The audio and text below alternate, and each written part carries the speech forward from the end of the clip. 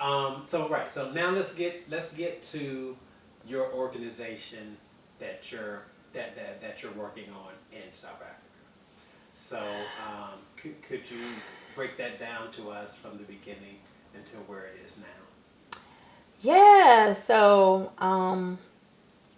thank you. Yeah, because you let me skip through some stuff that's good.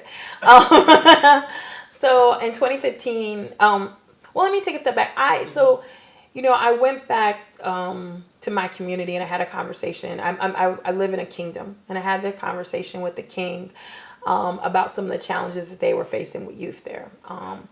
And a lot of it just comes down to unemployment. So South Africa has a 50%, roughly, give or take, just depending on where we're at, youth unemployment rate. And so because so many of the youth are unemployed, and most of them, have at least a high school degree, some may even have some sort of tertiary education, they're just sitting at home and doing nothing. They're bored. They're just, and they want to do, and they just don't know how to do. So that ends up them getting in trouble. And some of that stuff is also why you have sort of the crime statistics you have in South Africa. So anyhow, with that said, I was talking to the king. He's like, we need, wanting to do something about this in sort of, they try different things. So I kind of came home and I came back and I was like, well, here's a proposal. What do you think? And I talked to people in the community and they said, well, okay, you can pilot it. You can try it. And so one of my thoughts was, and I did a lot of research into youth unemployment and what caused it, and sort of came up with this model to be able to address some of those issues. And for me, I really wanted to address the issue and intervene before people became employed versus working with people once they became unemployed. And so, also in South Africa, 50% of the kids drop out of high school between like 9th and 10th grade. So I wanted to do something, and, talking to people here as well that were in education, where let's get them before all these issues that they encounter as, adolescent youth start to happen, so we can keep them in school and then also give them the skills they need to be able to pursue their goals on their own.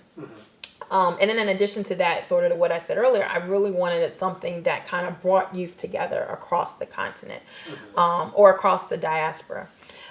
So we piloted the program starting in 2015. It is a 4-year program where, again, we start with the youth in grade 8 and we stay with them till grade 11.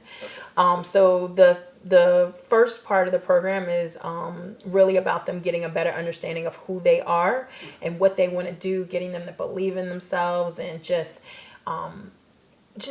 truly have a sense of self. And then what we've also added in there through the pilot is a sense of the community of where they come from, and just pride in all aspects of who you are and what makes you. Then from there, now that you know who you are, we take you outside of your community and expose you to the world beyond. So that way you can have a better understanding of who you could be. So that is through learning excursions. That is through, we have like a career conference in grade 10, because that's when the kids are picking their class, or sorry, in grade 9, because that's when they're about to pick their classes for grade 10. And we bring in people from all over to talk to them, to just, the fact that there's an American working in this program and people, mentors that come in. So now that you know who you are and you know sort of who you want to be, then now we use entrepreneurship as a tool to teach you how to create what you want for yourself and to own it. So the culminating and the capstone project in the organization is for the kids to go on a trip. And so we teach them the basics of entrepreneurship or business, and then from there they apply it by doing fundraisers to be able to go on this trip. So they have to raise a third of the cost. They put together a budget, they research where they want to go, and then through that and through other experiences they have throughout the program, they're able to get some of the core skills that you need to be successful in life. So whether that's teamwork, whether it's conflict resolution, just, being able to accept failure and not crumble from it. Being able to talk to adults, especially in cultures where, it's very hierarchical.